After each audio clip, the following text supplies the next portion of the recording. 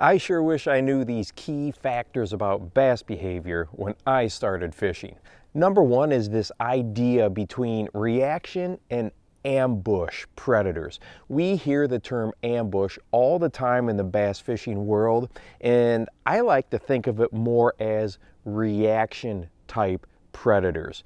When bass are actually hungry and they're actively feeding, they get out and move around, but oftentimes we feel they're ambushed because they will sit and loaf or rest in an area for a long time. But if we change our mindset to reaction based, think about flicking your hands in somebody's eyes. If you do that to someone, they're going to react. If we approach our bass fishing that way, that mentally prepares us for the understanding that most of the time when those bass are sitting there, they're not in an active feeding mood. But if we can get them to react, they will bite. Think about dropping a jig right next to a bass an inch away as it flashes in front of its face. If that same jig was maybe 2 feet away, it's probably not going to react to it. Number two is just astonishing to me.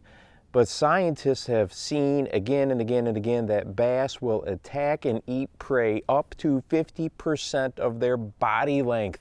That is crazy. And we've seen it. You know, I've caught fish that have massive crawdads in their mouth. I've caught bass that have huge panfish in their mouth. But the first time that I saw a great big worm, like a 12-inch worm, I couldn't bring myself to fish it. I'm thinking, no way. I had grown up on small finesse type presentations, small crankbaits, that type of stuff. And I know that not understanding that behavior held me back, especially when fishing waters where double-digit bass are prevalent. Number three is a fascinating one, and I did a video on this earlier in the fall, and that is bass, both largemouth and smallmouth, will at times try to stun or kill their prey before they actually eat it. I run across this more often with smallmouth, but largemouth will do the same thing. And the first time I ran across this behavior fishing a topwater, I was like, what in the world is going on? But if I would have understood that behavior, that those smallies were coming up slashing at those prey species, slashing at that bait fish to try to stun it, and then eat it when it's sinking, I would have been much more apt to pick up a follow-up bait, you know, something like a wacky rig, and throw it in there and get bit. So that is a behavior I wish I knew earlier. Number four is one that I have really taken to heart the more I film underwater, and that is bass are in groups or schools much more often than we realize. Yes, there's times that you're going to catch that beast all alone on a stump, but if a bass is in an area, there's something about that area, whether it's oxygen or proximity to food or cover, access to deeper water, whatever it might be. If there's one bass there, it's probably a conducive environment to other bass as well. And I have just seen so many times where you find one, and I kind of turn that camera a little bit, there's a whole bunch more. And the last bass behavior I wish that somebody explained to me early in my bass fishing career was how much bass rely on and love edges.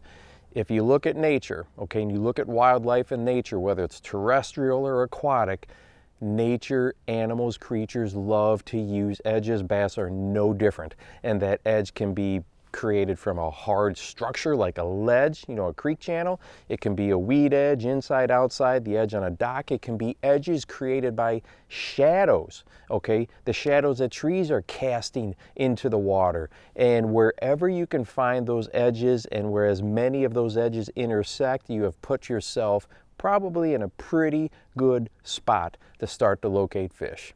Hey, if you would like to watch a video that goes into depth about lure color and what it looks like underwater in stained water and which color is easiest to see, go ahead and check this one out right here. And make sure that you go out and encourage someone today. You never know how you might just change their life. For the Bass Fishing Life, I'm your host, Steve Rogers.